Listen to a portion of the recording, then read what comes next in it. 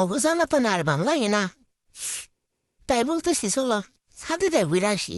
ও মা, দুইটা এদিকে ওইদিকে দৌড় পাত পাচ্ছে, ডাক পেরে আহন যায় না, আনন্দ যায় না। বলদারে তো তাও পাওয়া গেল, ছুটে না আমার জুতাটাই ফিটকে দিত। ভাগ্যিস ভালো তো যায় নাই, তাই আমার বই না আমার একবারে জিত দেয় রে। যাই হোক জুতারা নামাইছি, দেন অনেক কইতাছি যে চলো। তা না, ও মা ওই উঠবো, কান্না করা শুরু করে দিছে, আমরা একটু উঠে দাও। ঘরের ছুটি করলাম তুই থাকি জায়গায় তোরা রাইখেই যাম। তারপরে ডাকতেছি সুটটা, বড়দারে তো বললাম সুটটা তো কোনোভাবে এই মানতেছে না, ওই জায়গায় উঠবই।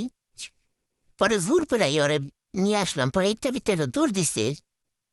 ওর পর ওর পিছু পিছু আমিও দৌড় দিছি, সিঁড়ির মধ্যে রেলিং নাই। পরে দৌড়ছে, ও দৌড় নেই বান্দরের মতন ঝোলা শুরু করে দিছে। পরে ঝুলাইতে ঝুলাইতে ছাদে উঠে নিছি, কি আর করার। ছাদে ঝুলাইতে ঝুলাইতে উঠাইতেছি, উমর আর একজন ডাকতেছে আমারে নিয়ে যাও।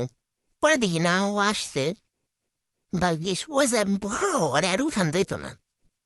যাওয়ার পরে ও মানে বলতেছি ওর মুরগিটা খাইবো, জুতা রেফিকটা দেয়।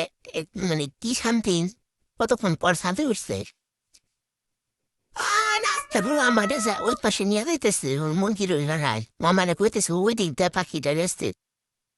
আমি আবার ওরে জিগাইলাম যে তোমার পাখি কোন দিক দিয়ে গেছে। আমি আবার ওরে জিজ্ঞাসলাম তোর পাখি কই গেছে। ও আবার আমারে দেখাইতেছে ওর পাখি ওই দিক দিয়ে গেতেছে, চলে গেছে। ভয় পায় না কেমনে করে ছাদের কর্নারে চলে যায়, কই এই দিক দিয়ে উইরা উইরা ওই দিক দিয়ে গেছে। হাঁটতে হাঁটতে একা একাই চলে যেতেছে, যায় যায় দেখাইতেছে আমাদের যে ওই দিকে গেছে।